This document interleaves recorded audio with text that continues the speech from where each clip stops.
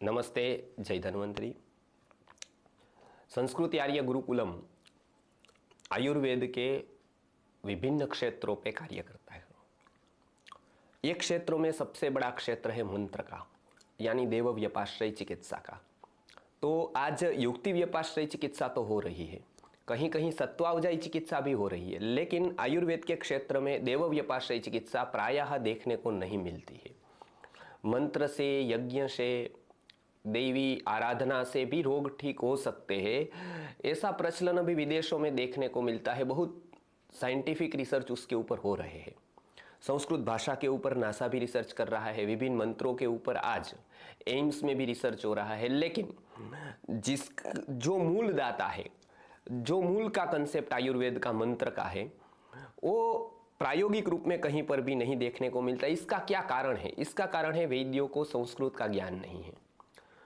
कहीं पर भी संस्कृत का ठोस ज्ञान या मंत्र की उच्चारण की पद्धति भारत में किसी भी कॉलेज में नहीं सिखाई जाती है, क्योंकि गुरुकुल परंपरा जब से लुप्त हुई तब से संस्कृत का अध्ययन बंद हो गया और प्रायः BMS और MD के सारे कोर्सेस इंग्लिश मीडियम में होने लगे। तो इसको देखते हुए आयुर्वेद के वैद्य को या फिर जो भी चिकित्सा करता है, पंचगव्य चिकित्सक हो या ऑल्टरनेटिव थेरेपीज की थेरापिस्ट हो या और कोई भी अपने स्थानीय जगह पर चिकित्सा करता है, उसको मंत्र का ज्ञान, यज्ञ का ज्ञान, उसको वास्तु का ज्ञान, उसको चिकित्सा के संबंधित विभिन्न मंत्रों का ज्ञान होना बहुत आवश्यक है। ये कहते हैं कि आवश्यक नहीं, अनिवार्य है।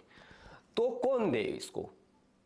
कोई कॉलेज में, यूनिवर्सिटीज में, शैक्षणिक संस्थाओं में तो ऐसे कोर्सेस नहीं चलते हैं। तो इसको ध्यान में रखते हुए 50 साल पहले गुरुजी ने, पूज्य गुरुजी विश्वनाथ जी ने एक देव व्यपाश्रय चिकित्सा का कोर्स डिजाइन किया। वेद उपनिषद से लेकर आयुर्वेद की विभिन्न संहिता और खास करके अथर्ववेद को ध्यान में रखते हुए विभिन्न सूक्तों का, विभिन्न मंत्रों का संकलन किया, उसके एक्सपेरिमेंट्स किए और जो ऐसे लगे कि इसके बहुत अच्छे परिणाम हैं, तो उनका अनुभव संस्कृत आर्य गुरुकुलम के द्वारा किया गया। और जो ऐसे सीखने में सरल हो, एक व्यवस्थित विधि पूर्वक सिखाया जा सके, इसका एक कोर्स डिजाइन करके हमने संस्कृत आर्य गुरुकुलम से अपने विद्यार्थियों को पढ़ाना शुरू किया।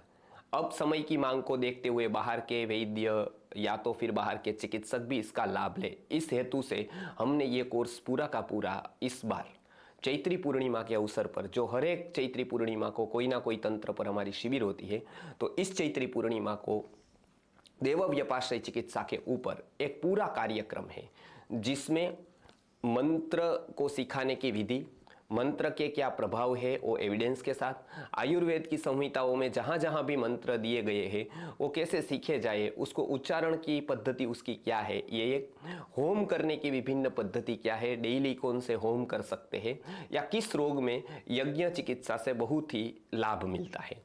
साथ साथ आयुर्वेद के और चिकित्सा को ध्यान में रखते हुए जो प्रभावी चिकित्सा होती है दिव्य औषधियों का, उसका भी हम ये कोर्स में इंक्लूड करते हैं। साथ में मुद्रा विज्ञान, साउंड हीलिंग, उसके साथ में नक्षत्र विज्ञान, विभिन्न नक्षत्र में होने वाली व्याधियों के लिए क्या उपचार कर सकते हैं। तो किसी भी प्रकार के रोग के ऊपर मंत्र एक अमोघ औषध है। औषध तो है ही, अपनी जगह पर दवाई का महत्व है, लेकिन उससे भी ज्यादा मंत्र का महत्व है।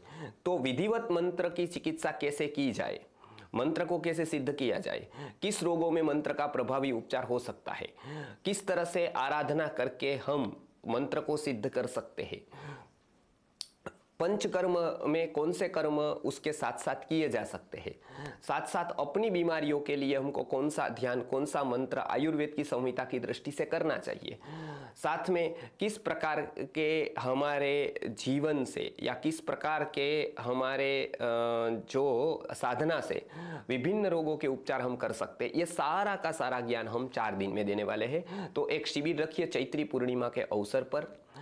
तो ये 4 दिन की शिविर में आप अवश्य ही भाग ले। पूरी डिटेल संस्कृति गुरुकुल, मतलब ये नीचे जो डिस्क्रिप्शन में दी गई है, कैसे रजिस्ट्रेशन करना है, क्या करना है, उसके हेल्पलाइन नंबर भी दिए हैं। तो चैत्री पूर्णिमा के ऊपर एक विशेष प्रयोग होने वाला है, जो हाथों में एक विशेष शक्ति तैयार होती है बिच्छू विष को उतारने की, आम्र मंजरी का प्रयोग, जो लोली महाराज ने लिखा है।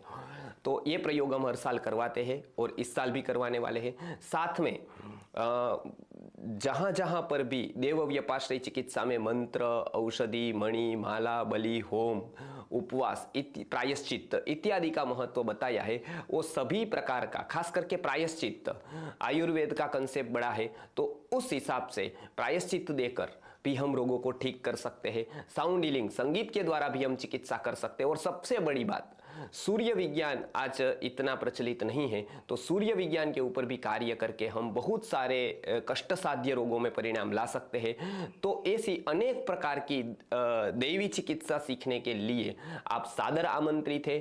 ये पूरी की पूरी चिकित्सा आपको शास्त्रीय विधि से यहाँ सिखाई जाएगी और ये 4 दिन आपके जीवन के बहुत ही यादगार क्षण होंगे, क्योंकि जो बीएमएस में या एमडी में या जगत के किसी भी कोर्स में ये देव व्यपाश्रय चिकित्सा शास्त्रीय परंपरा रूप में नहीं सिखाई जाती है, संस्कृत के ज्ञान के साथ, विधिवत उच्चारण के साथ नहीं सिखाई जाती है, वो हम इस बार प्रयत्न करते हैं कि वो सिखाई जाए।